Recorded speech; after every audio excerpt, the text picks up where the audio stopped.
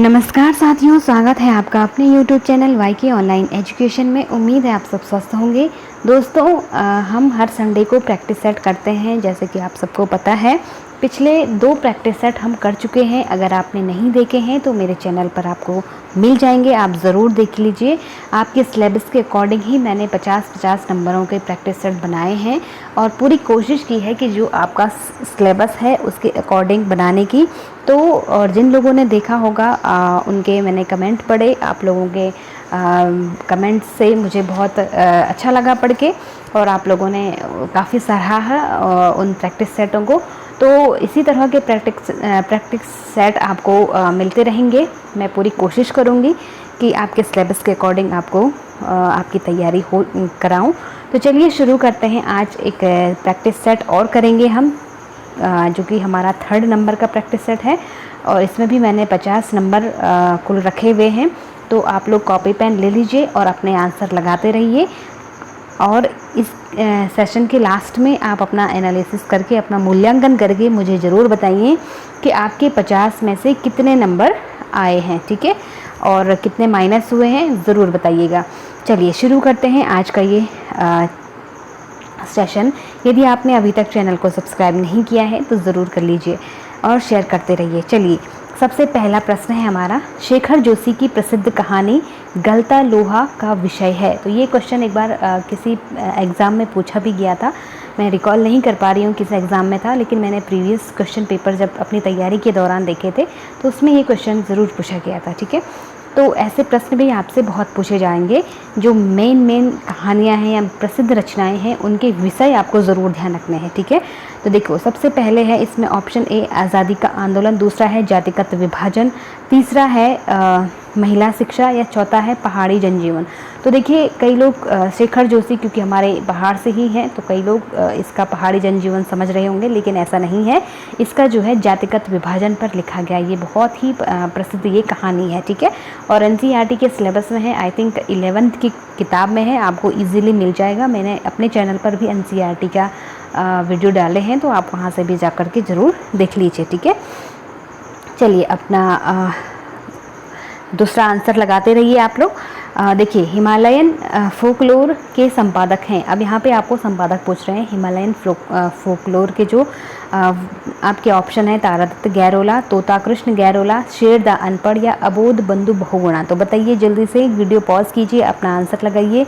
तो option A इसका सही आंसर हो जाएगा, तारादत्त गैरोला, ठीक है। चलिए आगे बढ़ते हैं हम। इसमें अगला प्रश्न ले लेते हैं। इसमें देखिए, तीसरा प्रश्न है, मनोहर श्याम जोशी द्वारा रचित कौन सी ऐसी रचना है जिस पर टेलीविज़न धारावाहिक निर्माण हुआ है। ये क्वेश्चन भी प्रीवियस पूछा गया है, इसलिए मैंने इसको उठाया है। और ऐसे क्वेश्चन जो है ना, आपके बार बार पूछे जाने की संभावना बनती है, ठीक है। तो देखिए, पहला है नेताजी कहिन, टाटा प्रोफेसर, हम लोग, सिल्वर वेडिंग। तो मैं आपको बताना चाहती हूँ, चारों की चारों रचनाएं मनोहर श्याम जोशी जी की हैं। मैंने उन पर सेपरेट वीडियो बनाया है। अगर आपने उत्तराखंड साहित्य नहीं पढ़ा है मेरे चैनल से तो ज़रूर जा कर के पढ़िए, ठीक है। मनोहर श्याम जोशी बहुत ज़्यादा फेमस हैं, बहुत इंपॉर्टेंट है, इनकी सारी रचनाएँ आपको याद होनी चाहिए। तो देखो, सारी रचनाएं हैं। अब हमें डिसाइड करना है कि कौन सा ऐसा है जिस पर उस समय का, मतलब तत्काल बहुत फेमस वो धारावाहिक रहा है। आई थिंक दूरदर्शन पे वो आता था, हम लोग, ठीक है। ये बहुत फेमस उस समय का धारावाहिक रहा है, ठीक है। चलिए, इसके बाद देखिए प्रश्न नंबर 4 है, हम जो देखते हैं किसकी रचना है। तो हम जो देखते हैं ये किसकी रचना है, गोविंद वल्लभ पंत, अबोध बंधु बहुगुणा, सुभाष पंत, या मंगलेश डबराल। तो बिल्कुल डी इसका राइट आंसर है, मंगलेश डबराल की रचना है हम जो देखते हैं, ठीक है। अगला प्रश्न है, माधवी किसका गीत है। ऑप्शन ए है सुमित्रा नंदन पंत, ऑप्शन बी है चंद्र कुंवर, माफ़ कीजिएगा थोड़ा सा टाइपिंग मिस्टेक है, बटवाल, ऐसे आप इसको लिखेंगे, ठीक है। तो चंद्र कुंवर बटवाल, या चारूचंद्र पांडे, या भजन सिंह। तो देखिए, इसका बी ऑप्शन सही हो जाएगा। जो माधवी है वो चंद्र कुंवर बटवाल का फेमस गीत रहा है, ठीक है। इसके बाद अगला प्रश्न है हमारा नंबर 6, हथेली पर सरसों उगाना मुहावरे का अर्थ होता है। तो बताइए, अपना वीडियो पॉज कीजिए और आंसर बताइए कि क्या हो सकता है। मुहावरे भी आपसे पूछे जाएंगे। तो हथेली पर सरसों उगना क्या मतलब कोई आसान काम है क्या, मतलब किस चीज़ के लिए ये संकेत कर रहा है। देखो जब आपको ऐसे मुहावरे पूछे जाएं और अगर आपको नहीं पता है तो उस मुहावरे का एक एक अर्थ समझने का प्रयास कीजिए। तो हथेली पर सरसों उगाना, क्या हथेली पर सरसों उगाया जा सकता है? नहीं उगाया जा सकता है। इसका क्या मतलब है? विलंब से काम करने की आदत नहीं, बिल्कुल नहीं। अब मैं आपको मेथड भी बता रही हूँ कि कैसे आप अपने आंसर तक पहुँच सकते हैं, क्योंकि व्याकरण में आपको रटना नहीं होता है, व्याकरण में आपको दिमाग लगाना पड़ता है अपने आंसर तक पहुँचने के लिए। तो पहला तो आपका एलिमिनेट हो, यहाँ पे आप एलिमिनेशन पद्धति को अपना सकते हैं, ठीक है। एलिमिनेशन मतलब एक वन बाय वन उनको आउट करते रहिए। तो पहला तो आउट हो गया, विलंब से काम करने की आदत, तो ये तो नहीं है बिल्कुल भी। अनोखा काम करना, ये थोड़ा सा ठीक लग रहा है, लेकिन हम अभी आगे बढ़ेंगे, देखते हैं कि क्या हो सकता है ना। असंभव को संभव कर देना, ये भी ठीक लग रहा है। संभव को असंभव करना, तो ये तो हो नहीं सकता कि जो संभव है उसको असंभव करना, तो ये तो नहीं हो सकता है ना। तो आप अनोखा काम भी नहीं लग रहा है, क्योंकि अनोखा काम थोड़ा सा अगर इन दोनों में कंपेयर करें तो ज़्यादा सही बैठ रहा है हमारा सी, असंभव को संभव करना, क्योंकि हथेली पर सरसों उगाना एक असंभव सा काम है और सरसों उग रही है हथेली पर, तो यानी कि जो असंभव काम है उसको संभव करना। तो आप लोग भी आजकल हथेली पर सरसों उगा रहे होंगे, यानी कि अपने असंभव प्रयास को क्या बना रहे हैं? संभव बनाएंगे। जब आपका सिलेक्शन हो जाएगा तब आपको क्या हो जाएगा? तब आपके लिए ये मुहावरा सार्थक हो जाएगा, ठीक है। तो चलिए अनोखा इसका नहीं होगा, असंभव को संभव कर देना होगा। और आप लोग भी हथेली पर सरसों उगाने का प्रयास कीजिए। ऑल द बेस्ट, हमारी तरफ से दुआएं हैं आपके लिए। चलिए इसके बाद देखिए प्रश्न नंबर 7 है हमारा, निम्न में से मूल उपसर्ग नहीं है। अब आपसे पूछा जा रहा है मूल उपसर्ग कौन सा नहीं है। तो देखो यहाँ पे सम, अनु, उद या प्रति, तो इसका आंसर हो जाएगा सम। जो सम है वो हमारा मूल उपसर्ग नहीं है। मूल मतलब जो संस्कृत से लिए गए उपसर्ग होते हैं, ठीक है, तो उन्हें हम मूल उपसर्ग कहते हैं। तो ये हमारे 3 क्या है? मूल उपसर्गों की श्रेणी में आते हैं, ठीक। चलिए इसके बाद प्रश्न नंबर 8 की बात करें तो असमूहित उपसर्ग वाला शब्द है, यानी कि कौन सा ऐसा शब्द है जो मतलब इस उपसर्ग से नहीं बना हुआ है, ठीक है।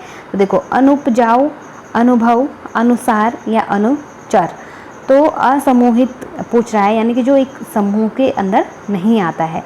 तो इसमें सीधी सी बात है, हमारा हो जाएगा अनुपजाऊ, ठीक है। अनुभव भी है, अनुसार भी आ जाएगा, अनुचर भी आ जाएगा, यानी कि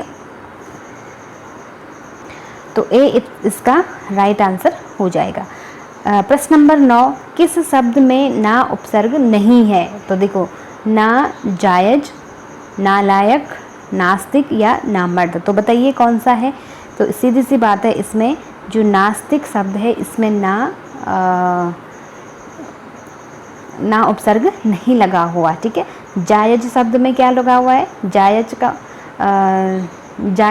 शब्द में ना उपसर्ग गया तो वो उसका विलोम बन गया, ना जायज हो गया। लायक शब्द में ना उपसर्ग जुड़ गया तो ये क्या बन गया? नालायक, ये इसका विलोम बन गया। और मर्द शब्द में ना उपसर्ग जुड़ गया तो नामर्द उसका विलोम बन गया, ठीक है।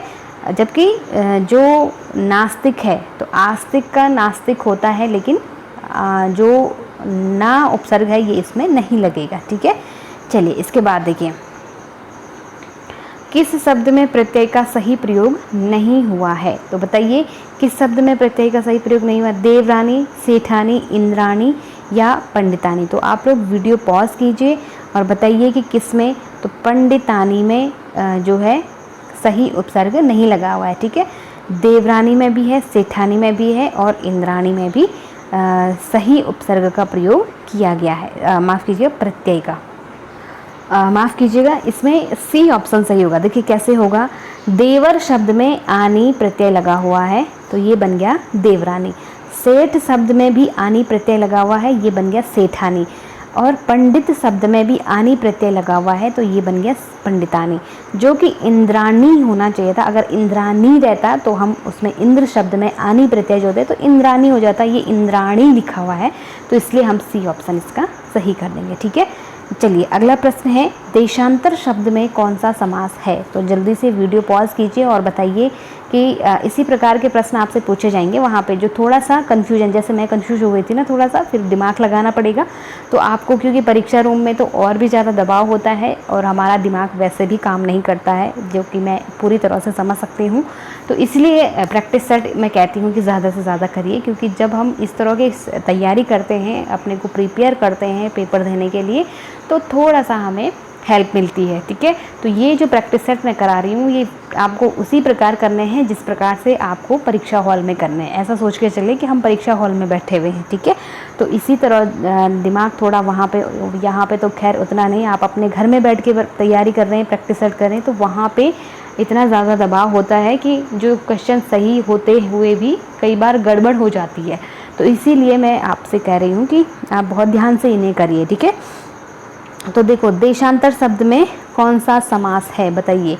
बहुव्रीहि समास, कर्मधारय समास, तत्पुरुष समास या द्वंद्व समास? जल्दी से बताइए। तो इसका ऑप्शन डी सही हो जाएगा। ठीक है, चलिए आगे बढ़ते हैं। प्रश्न नंबर 12 है, शरणागत शब्द में समास है। तो शरणागत में कौन सा समास हो जाएगा?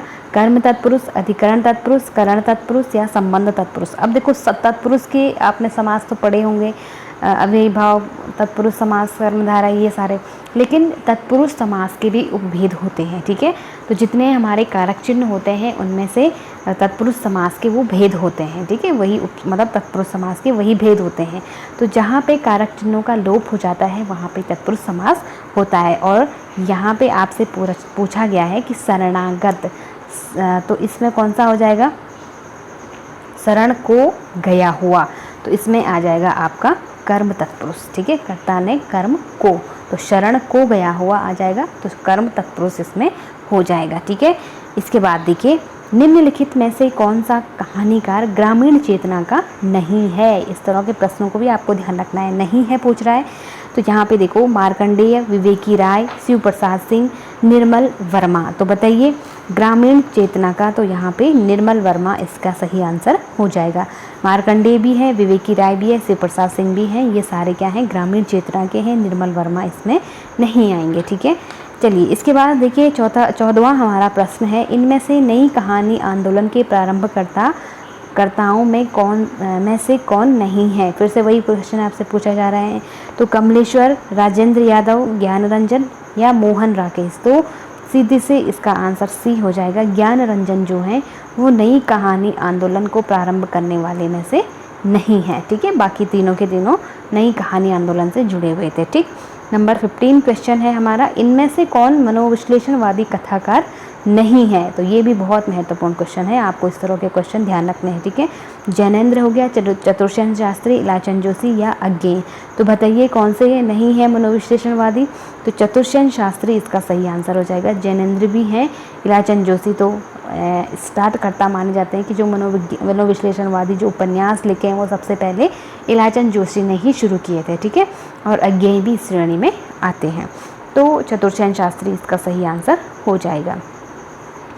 ऑप्शन प्रश्न नंबर 16, निम्न में से कौन शिशु संवेदना की कहानी नहीं है? यानी कि कौन सी ऐसी कहानी है जिसमें शिशु संवेदना को व्यक्त नहीं किया गया है? नादान दोस्त, चोरी, कजाकी, और चौथा ऑप्शन है दो सखियाँ। तो बताइए 16 में आंसर क्या है आपका? नादान दोस्त, ये भी बिल्कुल सही है, इसमें भी शिशु संवेदना है। चोरी में भी शिशु संवेदना को दिखाया गया है, कजाकी में भी शिशु संवेदना को दर्शाया गया है। ठीक है, दो सखियां इस श्रेणी में नहीं आता है, यानी कि दो सखियों में शिशु संवेदना हमें देखने को नहीं मिलती है। अब आपके लिए क्वेश्चन है, ये 4 की 4 कहानी किस कहानीकार के द्वारा लिखी गई हैं? यानी ये कहानियाँ जो हैं किस किस के द्वारा लिखी गई हैं, ये आप मुझे कमेंट सेक्शन में लिख करके बताएंगे। ये आपके लिए आज का काम है। ठीक है, चलिए 17वां प्रश्न है हमारा, निम्नलिखित में से कौन कौन प्रेमचंद की कहानियों के पात्र हैं? बहुत महत्वपूर्ण क्वेश्चन है। पहला है लहना सिंह, दूसरा है पंडित बुद्धिराम, तीसरा है अमीना और चौथा है सुनंदा। तो बताइए कौन कौन है? ज़रा सा आप अपना वीडियो पॉज करके आराम से सोचिए और फिर अपना आंसर लगाइए। तो देखो 17 में देखो, जो पंडित बुद्धिराम है ये भी आपके प्रेमचंद की कहानी के पात्र हैं। ठीक है, और अमीना भी है, माफ़ कीजिएगा, मैं इस कहानी का नाम भूल रही हूँ। ईदगाह, ठीक है। ईदगाह जो कहानी है उसकी एक फेमस पात्र है, अगर मैं सही हूँ आप लोग मुझे करेक्ट कीजिएगा। ईदगाह की मैंने ये कहानी पढ़ी थी, तो इसलिए मुझे थोड़ा सा इसका नाम याद है। अमीना जो है वो जो छोटा बच्चा रहता है उसकी दादी का नाम है अमीना, और ईदगाह कहानी बहुत अच्छी कहानी है, तो उसकी ये पात्र है, ठीक है। तो पंडित बुद्धिराम भी हैं और अमीना भी है। पंडित बुद्धिराम का मुझे तो नहीं मालूम कि किस कहानी के हैं, अगर आपको पता है तो कमेंट सेक्शन में ज़रूर बताइएगा, नहीं पता है तो ढूंढिएगा, ठीक है।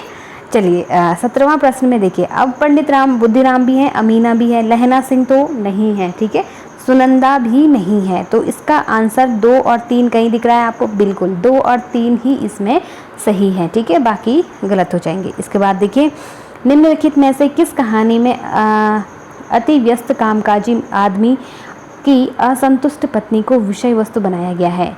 यानी कि एक व्यक्ति है जो बहुत अपने कामकाज में, बिजनेस में बहुत बिजी है और वो अपनी पत्नी को समय नहीं दे पाता है। बेचारे घर में अकेली रहती है, दिन भर घर का काम करती है और खाना वाना जो भी घर के काम होते हैं सब में वो अपने को अकेलापन उसे महसूस होता है। तो इस तरह का जो वर्णन है वो किस कहानी में किया गया है? तो ग्रामोफोन का रिकॉर्ड, नीलम देश की राजकन्या, बाहुबली या दृष्टि दोस्त, तो कौन सी ऐसी कहानी है जिसमें आपको ये वर्णन? तो ग्रामोफोन का रिकॉर्ड ये कहानी है जिसमें इस तरह का वर्णन आपको देखने को मिलता है, ठीक है। Option A is the right answer. Number next आगे बढ़ते हैं।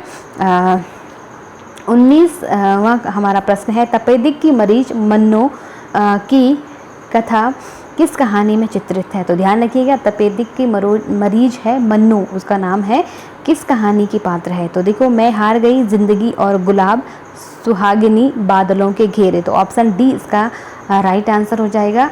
कृष्णा सोबती का है बादलों के घेरे, तो उसकी जो फेमस कैरेक्टर है मन्नू, ठीक है, तपेदिक की जो मरीज है। कितना अनुभूतिपूर्ण था वह एक क्षण का आलिंगन, कथन किस रचना का है? ध्रुव सामनी, प्रेम जोगनी, कर्पूर मंजरी या नील देवी? तो बताइए ये किसका है? जयशंकर प्रसाद के फेमस नाटक का ये पंक्ति वहाँ से ली गई है। कितना अनुभूतिपूर्ण था वह एक क्षण का आलिंगन, तो ये है आपका ध्रुव सामनी का कथन, ठीक है, ध्यान रखिएगा। ध्रुव सामनी जो नाटक है जयशंकर प्रसाद का, 1933 में उसकी रचना हुई थी, प्रकाशन हुआ था, तो उसमें ये है, ठीक है। जयवर्धमान नाटक के लेखक कौन है? नंबर 21 क्वेश्चन है हमारा। तो आप बताइए जयवर्धमान किसका नाटक है? मैंने नाटक पर भी आपको वीडियो दिया था, तो बिल्कुल आपका आंसर आपने लगा ही लिया होगा। रामकुमार वर्मा इसका सही आंसर हो जाएगा, ठीक है। चलिए अगला है, व्योमकेश दरवेश किस विधा की रचना है? तो ये क्वेश्चन मैंने पिछली बार इस तरह से पूछा था कि व्योमकेश दरवेश किसकी जीवनी है, ठीक है। तो अभी आपको पता चल ही गया होगा कि ये जीवनी विधा की रचना है, ठीक है। तो इस तरह से भी प्रश्न पूछे जा सकते हैं और उस तरह से भी। अब आप बताइए व्योमकेश दरवेश किसने लिखी और किसकी जीवनी है, ठीक है। जीवनी है इतना तो आपको पता चल गया। पिछले में मैंने पूछा था कि मैंने बताया था आपको कि ये किसकी जीवनी है और किसने लिखा था। तो अगर आपको याद है तो आप मुझे कमेंट करके ज़रूर बताएंगे आज, ठीक है। अगला प्रश्न है, इनमें से कौन सी आत्मकथा है, यानी कि आत्मकथा विधा की रचना कौन सी है? मैं आईना हूँ, पहला पड़ाव, मेरे 7 जन्म या आत्मदाह? तो बिल्कुल आपने आंसर लगा ही दिया होगा अपना। इसमें सही आंसर होगा मेरे 7 जन्म, ठीक है। हंसराज रहबर की ये है मेरे 7 जन्म, तो ये एक आत्मकथा है, ठीक है। इनमें से कौन सी कृति संस्मरण विधा की नहीं है? पथ के साथी, हम हशमत, लौट आओ धार, मित्र संवाद? तो बताइए कौन सी नहीं है? मित्र संवाद जो है वो संस्मरण विधा की रचना नहीं है, ठीक है। ये एक पत्रिका थी, तो आपको ये ध्यान रखना है, ठीक। चलिए इसके बाद देखिए, अथातो घुमक्कड़ जिज्ञासा किस विधा से संबंधित है? तो बताइए उपन्यास है, रेखा चित्र है, यात्रा वृत्तांत है या कहानी है? तो सीधी सी बात है, जहाँ पे घुमक्कड़ का जिक्र है, घुमक्कड़ मतलब घूमना फिरना, तो वो किस विधा की हो जाएगी? यात्रा वृत्तांत, ठीक है। चलिए आगे बढ़ते हैं। काम मंगल से मंडित श्रेय सर्ग इच्छा का है परिणाम, तिरस्कृत कर उसके तुम भूल बनाते हो असफल भवधाम। उपर्युक्त काव्य पंक्तियां कामायनी के किस सर्ग से ली गई हैं। तो देखो इस प्रकार की पंक्तियाँ भी आपसे पूछी जाएंगी और फेमस जो रचनाएं रही हैं उनसे ज़रूर पूछी जाती हैं। ठीक है, तो कामायनी भी आपको पता ही है कि जयशंकर प्रसाद की फेमस कृति है, तो यहाँ से प्रश्न बनने की संभावनाएं हमेशा रहती हैं। तो बताइए ये पंक्तियाँ कहाँ से और किस सर्ग से ली गई है कामायनी के? तो बिल्कुल इसमें आपके 4 ऑप्शन है, वासना, काम, श्रद्धा और लज्जा। तो इसमें आपका आंसर हो जाएगा श्रद्धा सर्ग से ये लिया गया है। ठीक है, अब आप मुझे कमेंट बॉक्स में लिखकर बताइए कामायनी के 15 सर्ग कौन कौन हैं, क्या आपको याद हैं? तो अगर आपको याद हैं तो वो भी आप कमेंट सेक्शन में ज़रूर लिखेंगे। ठीक है, निम्न में से, अगला प्रश्न है, निम्न में से किस उपन्यास में रईस साहूकार मदन मोहन के अंग्रेजी सभ्यता की नकल और अपव्यय की कथा है? तो बताइए, नूतन ब्रह्मचारी, परीक्षा गुरु, आदर्श दंपति या प्रणयिनी परिणय? तो इसका सही आंसर हो जाएगा परीक्षा गुरु। ठीक है, परीक्षा गुरु जो उपन्यास है तो वो जो इसका जो बेसिक है, जो इसका आधार है, एक रईस साहूकार है जिसमें मदन मोहन उसका नाम है, अंग्रेजी सभ्यता की नकल करता है और अपव्यय करता है, अपने धन संपत्ति को ऐसे ही लुटा देता है। ठीक है, तो यहाँ पे 2 मित्रों की कहानी है, मदन मोहन और ब्रजकिशोर। तो जो ब्रजकिशोर है फिर वो मदन मोहन को सलाह देता है और उसे सही रास्ते पे ले आता है। अब आप कमेंट बॉक्स में लिखिए कि परीक्षा गुरु किसके द्वारा लिखा गया उपन्यास है। ठीक है, इसे हिंदी का पहला उपन्यास भी माना जाता है। ठीक है, चलिए अगला क्वेश्चन है हमारा 28। भारतेंद्र हरिश्चंद्र ने 1875 ईस्वी में हरिश्चंद्र चंद्रिका में प्रकाशित अपनी किस रचना के लिए उपन्यास शब्द का प्रयोग किया था? यानी कि सबसे पहले उन्होंने उपन्यास शब्द का प्रयोग अपनी किस रचना में किया था? तो कुछ आप बीती, कुछ जग बीती, पूर्ण प्रकाश, चंद्रप्रभा, मालती या भारत दुर्दशा? तो इसका सी ऑप्शन सही हो जाएगा। मालती में उन्होंने सबसे पहले उपन्यास शब्द का प्रयोग किया था। ठीक है, निम्नलिखित में से कौन सी रचना जीवनी नहीं है? कलम का मजदूर, कलम का सिपाही, मेरी पत्नी और भेड़िया, प्रेमचंद घर में? तो बिल्कुल आपको पता चल ही गया होगा, मेरी पत्नी और भेड़िया जो है वो जीवनी नहीं है। ठीक है, कलम का मजदूर, कलम का सिपाही, प्रेमचंद घर में, तीनों ही जीवनी प्रेमचंद की हैं। कलम का मजदूर मदन मोहन के द्वारा लिखा गया, कलम का सिपाही अमृत राय के द्वारा जो कि प्रेमचंद के पुत्र हैं, और प्रेमचंद घर में प्रेमचंद की पत्नी शिवरानी देवी ने लिखा था। ठीक है, चलिए इसके बाद आगे बढ़ते हैं। नंबर 30 हमारा क्वेश्चन है, प्रसादकृत प्रलय की छाया की विषय वस्तु के केंद्र में है? महत्वपूर्ण क्वेश्चन है। जो प्रलय की छाया है उसकी विषय वस्तु क्या है? महाराणा प्रताप का पराभव, पद्मिनी का अग्निदाह, जल प्रलय या रानी कमलावती का पश्चाताप?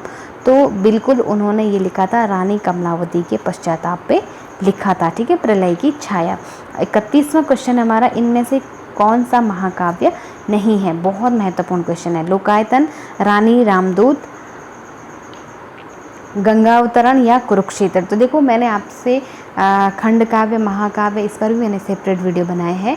खंड काव्य किसे कहते हैं, प्रबंध काव्य के क्या क्या भेद हैं, मुक्तक किसे कहते हैं, तो सारे बताए थे। अगर आपने नहीं देखा है तो चैनल पर जाकर के ज़रूर देखिएगा। तो बताइए कौन सा इसमें महाकाव्य नहीं है?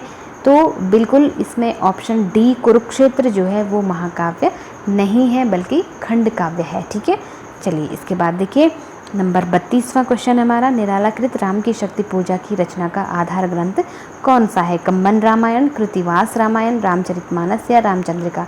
तो देखो पिछली वीडियो में भी आई थिंक ये क्वेश्चन मैं किसी वीडियो में मैंने वहाँ भी इसको बताया था और यहाँ भी रिपीट हो गया है। तो खैर कोई बात नहीं, जो इम्पोर्टेंट क्वेश्चन होते हैं उनको आप जितनी बार रिपीट करें कम है ना।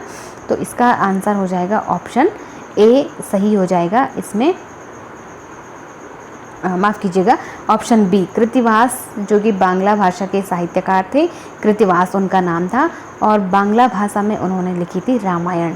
ठीक है, तो कृतिवास की बांग्ला रामायण से प्रभावित थे निराला जी। ठीक, इसके बाद नंबर 33वां है, निम्नलिखित में से कौन सा काव्य संग्रह शमशेर बहादुर सिंह का नहीं है?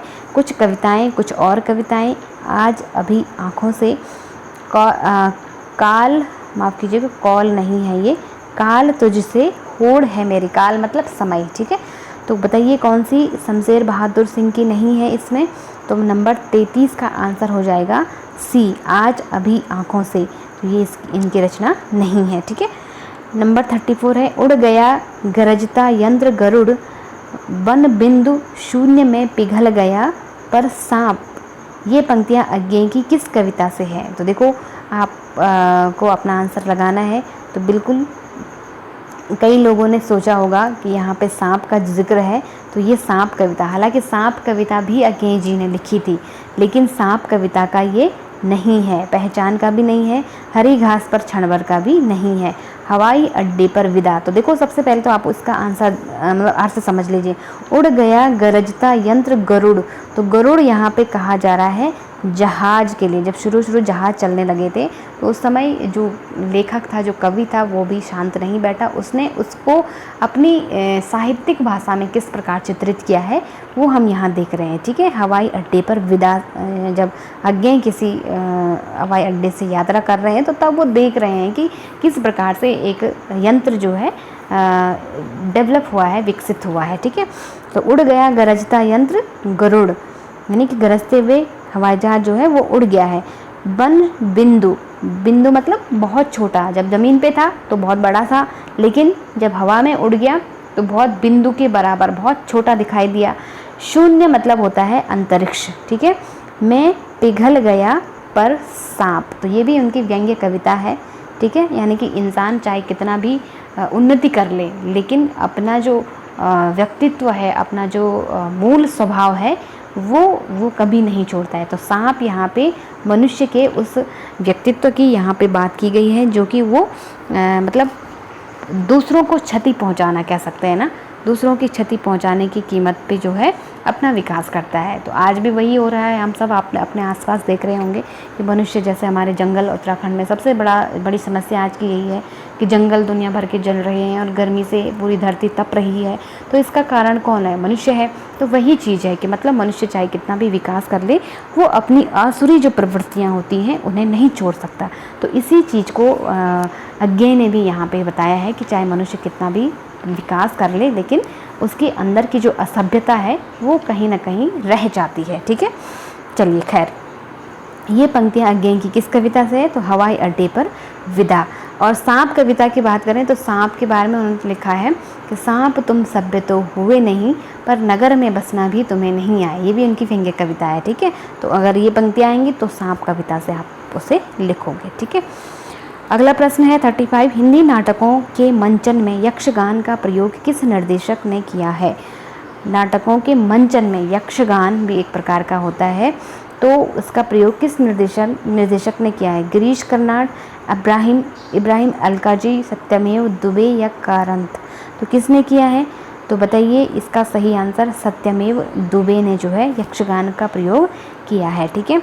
चलिए इसके बाद देखिए, राजा लक्ष्मण सिंह ने अभिज्ञान शाकुंतलम का अनुवाद कब किया? 1863 में, 1880 में, 1876 में या 1881 में? तो नंबर 36 क्वेश्चन का आपका आंसर है ऑप्शन ए 1863 ईस्वी में, ठीक है। चलिए आगे बढ़ते हैं। देश विभाजन के प्रसंग पर आधारित उपन्यास हैं, कौन कौन से हैं? आपको अपना कोड का चयन करना है। झूठा सच, तमस, कितने पाकिस्तान या छोटे छोटे महायुद्ध? तो बताइए कौन कौन से हैं। तो देश विभाजन की समस्या पर मैंने आपको शुरू में ही बताया था कि जितने भी उपन्यास हैं, जितनी भी कहानियाँ हैं जो कि देश विभाजन से संबंधित हैं, वो आप ज़रूर याद करिए, ठीक है। उनकी सारी चीज़ें आप याद रखिए जो फेमस हैं। तो बताइए नंबर 37 में आ जाएगा। देखो पहला तो है ही इसमें झूठा सच, भी देश विभाजन पर आधारित है, 2 भागों में है ये झूठा सच, ठीक है। वतन और देश का भविष्य, ये झूठा सच उपन्यास यशपाल के द्वारा लिखा गया था। 2 भागों में ये है, लिखा गया है। वतन और देश का भविष्य, 2 भाग इसके हैं, ठीक है। तमस भी है, तमस जो कि भीष्म साहनी के द्वारा लिखा गया था, और इन्होंने भी इसको जो है देश विभाजन की समस्या को इसमें उठाया गया है, तो बिल्कुल दूसरा भी इसमें हो जाएगा। अब देखते हैं कितने पाकिस्तान, इसमें ये भी कमलेश्वर ने लिखा था। देश विभाजन की समस्या यहाँ भी देखने को मिलती है। छोटे छोटे महायुद्ध में हमें देश विभाजन की समस्या देखने को नहीं मिलती है। तो 1, 2 और 3 जिस ऑप्शन में होगा वही हमारा सही हो जाएगा। तो option D is the right answer. इसमें आपके 3 ऑप्शन सही हो जाएंगे, ठीक है। चलिए इसके बाद देखिए नंबर 38, इनमें से कौन सी कृति प्रतिबंधित रही है, यानी कि जिस पर प्रतिबंध रहा है? भारत भारती, बंदिनी, झांसी की रानी या चिंगारियाँ? तो बहुत इंपॉर्टेंट क्वेश्चन है। चिंगारियाँ जो है बहुत फेमस कृति रही है और इस पर ये बैन भी हुआ था। ठीक है, किसने लिखा है ये आप मुझे कमेंट सेक्शन में लिख के बताएंगे। अगला है 39, नीति कवि दीनदयाल गिरी की रचना नहीं है? अनुराग बाग, वैराग्य दिनेश, विश्वनाथ, नवरत्न, छत्र प्रकाश। तो बताइए कौन सी नहीं है? उसमें सीधे से छत्र प्रकाश आंसर हो जाएगा। ठीक है, अगला प्रश्न है, कृपाराम द्वारा रचित नायिका भेद की सबसे पुरानी पुस्तक है? तो कृपाराम ने एक पुस्तक लिखी थी जो नायिका भेद पर आधारित थी, हित तरंगिणी उसका नाम है। ठीक है, अगला प्रश्न है, यह पंक्ति किस कवि की है? कहन श्याम संदेश में एक मैं तुम पे आयो, परमानंद दास, चित स्वामी, नंददास या गोविंद स्वामी? तो बताइए सी ऑप्शन, नंददास की ये पंक्ति है। ठीक है, आगे बढ़ते हैं। मैथिली का प्राचीनतम उपलब्ध ग्रंथ है? मैथिली भाषा में लिखा गया प्राचीनतम उपलब्ध ग्रंथ कौन सा है? बिल्कुल ऑप्शन ए है, वर्ण रत्नाकर। ठीक है, चलिए आगे बढ़ते हैं। सुजान कुमार किस सूफी प्रेमाख्यान का नायक है? तो जो सूफी काव्यधारा के 5-6 कवि उसमें बहुत फेमस रहे हैं, उनकी एक एक रचनाएं जो हैं बहुत फेमस हैं। जैसे जायसी का है पद्मावत। ठीक है, तो इसी तरह के जो 4-5 कवि हैं उनकी रचनाएं फेमस रही हैं, तो उनके आपको नायक नायिका दोनों याद रखने हैं। ठीक है, तो बताइए सुजान कुमार माफ कीजिएगा किसके पात्र, किस ग्रंथ के, प्रेमाख्यान ग्रंथ के नायक हैं? तो बिल्कुल चित्रावली के जो नायक हैं वो हैं सुजान कुमार। ठीक है, चित्रावली की कहानी है और उसमें जो नायक हैं वो सुजान कुमार हैं। ठीक है, 44 है, सुमित्रा नंदन पंत की निम्नलिखित कृतियों में से किन पर अरविंद दर्शन का प्रभाव पड़ा है? तो आपको पता ही है कि जो पंत जी थे हमारे वो अरविंद दर्शन से प्रभावित थे और उन पर छाप भी मिलती है। तो कौन कौन सी हैं? गुंजन, सौवर्ण, रजत शिखर या ग्राम्या? तो 44 में जो आंसर है देखो मैं आपको बताती हूँ, सौवर्ण में भी है, गुंजन में नहीं है। ठीक है, सौवर्ण में भी है और रजत शिखर में भी है। तो ग्राम्या भी इसमें नहीं आएगा। तो बिल्कुल इसका आंसर हो जाएगा 2 और 3, जो बी ऑप्शन है वो इसका सही हो जाएगा। ठीक है, निराला ने अपने किस उपन्यास के ऐतिहासिक रोमांस की संज्ञा दी है? तो निराला का कौन सा उपन्यास है जिसको वो ऐतिहासिक रोमांस कहते हैं? तो प्रभावती, अलका, निरुपमा या अप्सरा? तो कौन सा है? बिल्कुल ऑप्शन ए, प्रभावती को वो ऐतिहासिक रोमांस की संज्ञा देते हैं। तपती हुई जमीन किसकी रचना है? मोहनलाल नेगी, चंद्रलाल वर्मा, सुभाष पंत या इनमें से कोई नहीं? तो बताइए किसने लिखी है तपती हुई जमीन? इसका आंसर है सुभाष पंत, इन्होंने लिखी थी तपती हुई जमीन। ठीक है, उत्तराखंड साहित्यकार हैं, आपको बहुत ध्यान रखने हैं। तपोभूमि गढ़वाल किसकी रचना है? बताइए तपोभूमि गढ़वाल शिवानंद नौटियाल, रमाकांत बेंजवाल, नंदन सिंह बिस्र या हेमंत कुकरेती? तो 47 का आंसर हो जाएगा हमारा शिवानंद नौटियाल, इन्होंने लिखा था तपोभूमि गढ़वाल। ठीक है, नंबर 48 है, गढ़वाली भाषा का पहला उपन्यास माना जाने वाला अक्लवार को, यानी कि अकलवार कौन? इसका अगर हम हिंदी अनुवाद करें अकलवार को कहेंगे अकलवार, यानी कि बुद्धिमान कौन? ठीक है, के रचनाकार है रमेश चंद्र शाह, चंद्रलाल वर्मा, महावीर प्रसाद गैरोला या गोविंद चातक? तो महावीर प्रसाद गैरोला ने लिखी है, गैरोला का लिखा हुआ ये उपन्यास है अकलवार को।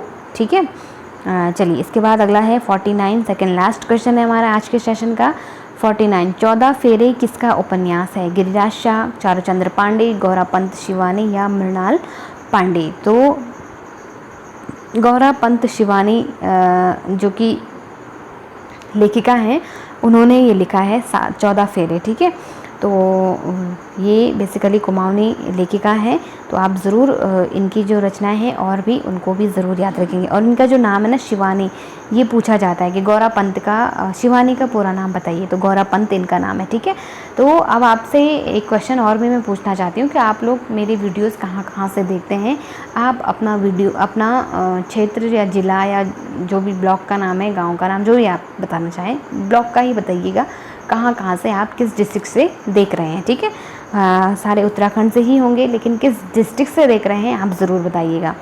चलिए अगला प्रश्न है नंबर 50वां, आज के सेशन का लास्ट प्रश्न है।